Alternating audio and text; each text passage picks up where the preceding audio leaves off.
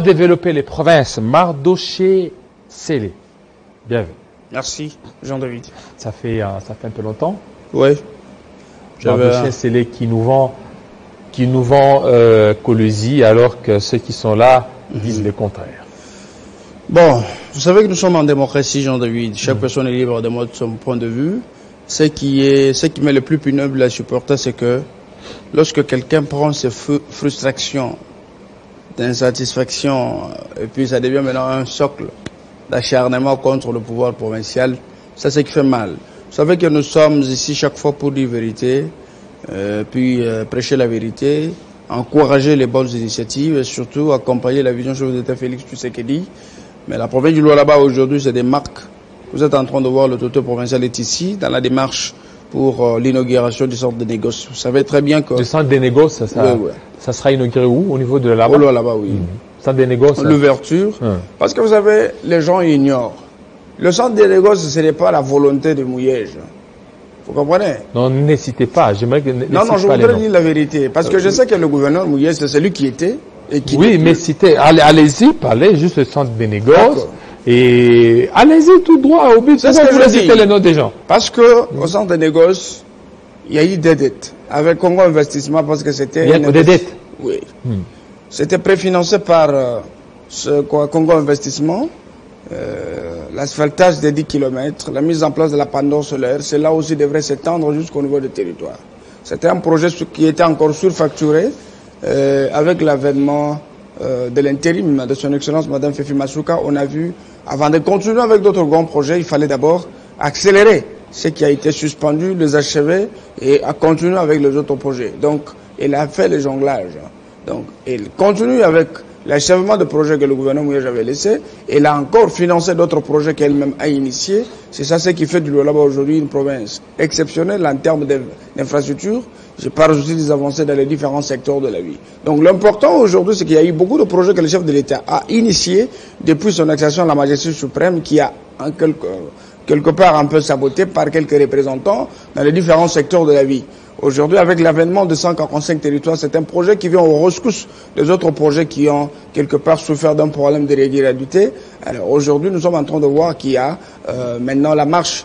Tout le monde est concentré pour voir dans quelle mesure ceci peut être mis en exécution. Mais si il s'agit seulement du développement de province, tout dépend de l'énergie, n'est-ce pas? Et c'est que le représentant du chef, je parle des gouverneurs de province, partout où ils sont, c'est qu'ils mettent en musique comme compétence, conformément à cette vision, par rapport aux besoins que présente le peuple. C'est ce qui fait la province du Lualaba. Parce qu'avant que le chef de l'État parle du projet de 145 territoires, au Lualaba, il y a eu déjà de l'anticipation avec Masuka. Qu'est-ce qu'elle a fait, Masuka? Elle avait commencé par mettre en place, n'est-ce pas, le programme de 145, excusez-moi, la pendule solaire avec photovoltaïque nouvelle génération. Cela a déjà commencé, déjà sous la ville d'écologie, la ville est éclairée, même les territoires, le projet continue. Parce que le chef de l'État a parlé lors de son adresse le 13 décembre devant le Congrès, mais au Lualaba, déjà, il y avait le travail qui était en train d'être fait. Lorsqu'il a soulevé un problème de route à dessert agricole. Déjà, au Lualaba, il y avait des avancées significatives. Je vais prendre l'exemple avec la RN39 qui est en train d'être élargie. Mais Masuka était aussi allé plus loin pour toucher même la RN1, la route nationale numéro 1, parce qu'il fallait l'élargir, permettre à ce que cette route serve aussi aux intérêts de 4 provinces. À l'époque, il y a eu 3 gouverneurs qui se sont mis ensemble pour faire ce travail, mais ils avaient capoté. Mais alors maintenant, le centre des négoces, là, c'est quoi son utilité? Le centre des négoces vient en quelque sorte comme... un marché où les artisanaux miniers doivent faire leurs activités de vente et achat de minerais dans des conditions qu'il faut. Et ceci va permettre d'attribuer plus de crédit à cette catégorie de personnes qui travaillent beaucoup mais quelque part un peu négligées. Vous comprenez? Donc ces travaux ont été initiés à l'époque du gouverneur Mouyège mais suspendus. Parce qu'il y a eu un désordre dans le financement de ce grand projet et tout était préfinancé, mais le gouvernement provincial est resté redevable à cette société qui n'a rien touché des gouvernements. Il y a eu encore une escroquerie au niveau de la filiale minière de Congo Investissement qui avait financé une coopérative qui appartenait à l'un des membres de la famille du gouverneur Mouyège à la hauteur de 6 millions de dollars. Et ceux-ci n'ont pas reçu quelque chose. Il y a eu un grand désordre dans l'accompagnement, n'est-ce pas? Par rapport au Congo Négoce. Congo Investissement. Alors, centre de négoce, Masuka s'est impliqué. Elle s'est nécessairement impliquée d'abord pour mettre Congo Investissement dans l'espoir que tout ce qu'ils avaient pas financé, ils vont y avoir. Et ça a été inauguré quand?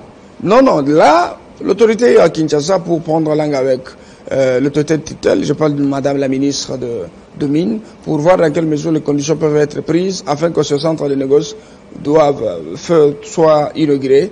Je pense dans quelques jours, quelques semaines, déjà, l'ouvrage serait inauguré pour permettre à ces gens de pouvoir continuer. Parce que vous voyez, c'est juste avec l'artisanat minier que le Lualaba est debout. Sans tenir compte des différentes sortes de ressources de l'État. Mais le Lualaba est debout seulement avec l'artisanat minier qui a essayé de tout changer. Parce que nous sommes à 51% de participation financière de la province au niveau national. Et aujourd'hui, la province a asphalté autant et autant de routes avec une usine. Parce que c'est une nouveauté. Asphalté? Bien sûr. Vous savez, au Congo, il n'y a jamais eu une usine de fabrication de bitume ici. Il n'y a pas une province parmi les 26 excepté le Lualaba. Et c'est sous Masuka que ce grand ouvrage a eu lieu. Et on a asphalté plus de 8 avenues.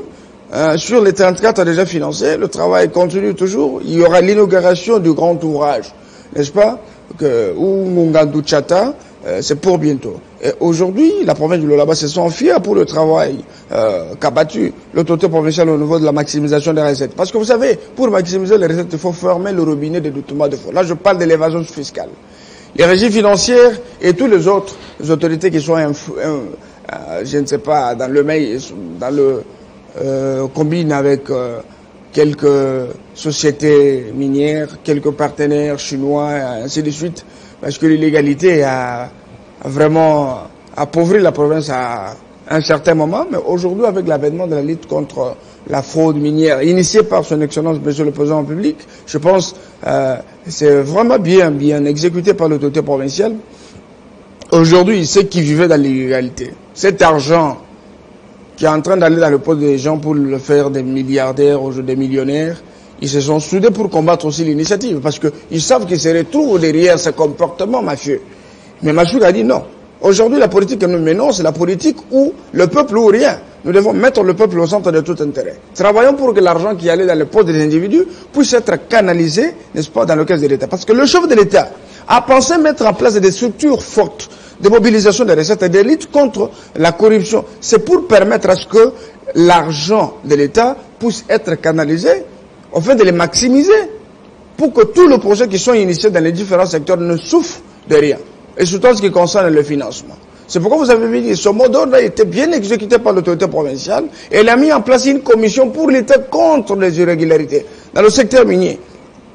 Alors, vous voyez que cette commission continue toujours à travailler, au-delà de toutes les spéculations, parce que moi je ne suis pas ici pour répondre à 2 individus, 3 individus qui passent pour dire Masuka ne travaille pas, tout ça. Vous voyez, lorsque tu travailles... Mais lorsqu'ils disent ça, est-ce qu'ils ont tort de le dire? Ils n'ont pas tort, c'est ça la démocratie. Vous savez, et ils ont avancé des arguments. On a reçu des gens qui sont venus ici parler et dire que non, Masuka, oui, outre les communicateurs qui passent à Toubrouba ici, les Mardoché et les autres, Masuka n'est pas absolument rien. Et puis une précision de terme. Moi, je ne suis pas communicateur de Madame Fifi. Vous êtes pas vous êtes masoukiste. Je ne suis pas communicateur. Vous êtes masoukiste. Je ne suis pas masoukiste. Alors? Je suis celui qui soutient Masuka dans sa vision noble. Soutenir aussi les chefs de l'État. Et quand vous la soutenez, vous êtes communicateur, Je ne suis pas communicateur. Vous savez que j'engage une grande structure qui est représentée dans plus de 11 provinces. La nouvelle génération pour le changement. Et il y a même quelqu'un qui m'a posé, il y a quelqu'un qui m'a dit, sans Masuka, votre structure n'aura aucun sens. Qui a dit ça? On a appris à porter... Masuka. Non, mais Jean-David il dit, lorsque vous défendez Masuka, ce que vous avez, alors Masuka vous donne, vous êtes en train d'entretenir votre structure. Ni t'étais ça, Mawa. Mais c'est un mensonge. Les gens qui me connaissent, ils savent que je suis un farouche opposant de Mouyej depuis 2016. Je suis l'unique jeune qui avait fait une déclaration pour demander au chef de l'État que nous avons besoin d'avoir un homme prévidentiel à la tête. Nous avons déjà compris qu'il y avait des mafias. N'est-ce pas? Il y avait beaucoup d'antivaleurs dans la gestion du gouverneur Mouyej. Et après, lorsque l'autorité provinciale, que nous avons aujourd'hui, Madame Masuka Saïni, le gouverneur intérimaire du Lualaba, les gens sous-estimaient. Les autres n'arrivaient pas à comprendre que cette femme incarne des valeurs cardinales. Cette femme connaissait le problème de Lualaba. Elle peut mieux faire que l'autre. Les gens doutaient. Mais nous, Moi, personnellement, j'avais déjà compris qu'Anel y avait ses compétences. Lorsqu'elle est sortie de sa réserve pour exposer, n'est-ce pas, ce qu'elle avait comme compétences, les gens ont maugréé. Vous comprenez? Parce que vous avez vu aujourd'hui, juste avec l'avènement de Masuka à la tête de la promesse, l'artisanat minier n'a pas recouru aux emprunts. Avec le centre de négoce? Non, centre de négoce d'abord, non. Centre de négoce, ce sont les superficiels. Ça coûtait combien à l'État ça coûtait combien à la province? J'estime quelque chose de 6 millions de dollars, 7 millions. 6 millions? Oui. Mais alors, ce que moi je voudrais vous dire, c'est quoi? Masuka n'a pas recouru aux emprunts. C'est pour répondre à ceux qui disent que non, nous sommes derrière Masuka pour je ne sais pas moi. Mais, on met l'accent sur l'artisanat minier, on paye les dettes que le gouvernement Moïse nous a laissées. 109 millions. On passe. Juste avec l'artisanat minier, avec cette femme que les gens disent qu'elle est en train de faire ceci, elle est en train de faire cela. Masuka parvient à améliorer les conditions de gens. Alors, pour terminer, comment développer les provinces? Comment développer? Oui, on termine, oui. On ne développe pas la province avec les fictions. Avec quoi alors? On développe la province avec l'énergie que nous mettons en œuvre. Parce que quel secret? Parce que Masuka, 1 milliard comme budget. C'est ce que je dis. Oui. C'est-à-dire, tout dépend de la volonté, l'engagement à bon escient de son Excellence Madame Fifi Masuka, la vision chef de l'État Félix Tshisekedi.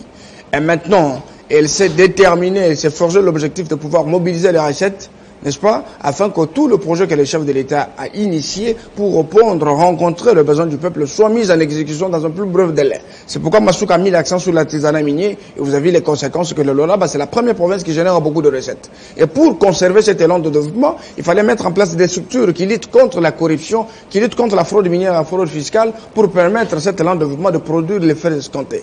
Donc, Masuka s'est encore investi dans le projet de 145 territoires du chef de l'État, lancé à travers tout l'État public, mais qui est en train de vivre l'anticipation dans cette partie de la République.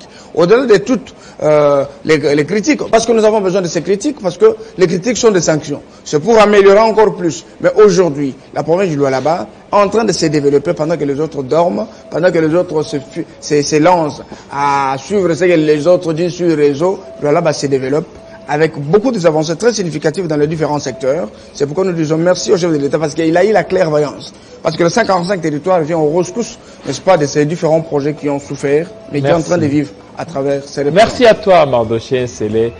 Vous avez été nombreux avec Jocelyn Toumba, c'était depuis 9h, heure délicatie, d'écologie. Oui, 8h ici à Kinshasa. Mardoché est venu, nous a rejoints. Avec lui, on a terminé notre matinale. Un petit mot à ceux qui vous suivent? Bon, brièvement, je voudrais demander à tous les Congolais en général, les Lualabais en particulier, de faire confiance à l'autorité provinciale, nationale, notre première institution, excusez-moi, à son Excellence, Monsieur le Président de la République, Félix Tshisekedi, faire confiance à sa représentante, son Excellence, Madame Fifi Masuka Saini, qui travaille dans la vision du chef de l'État, parce qu'il s'agit de notre avenir, il s'agit de notre salut. Nous devons accompagner le chef de l'État à tous les niveaux. Merci beaucoup. Ciao à tous nos fidèles téléspectateurs. Restez branchés sur Télé 50 tout à l'heure. Peut-être minute joyeux anniversaire. Restez branchés sur Télé 50. À très bientôt.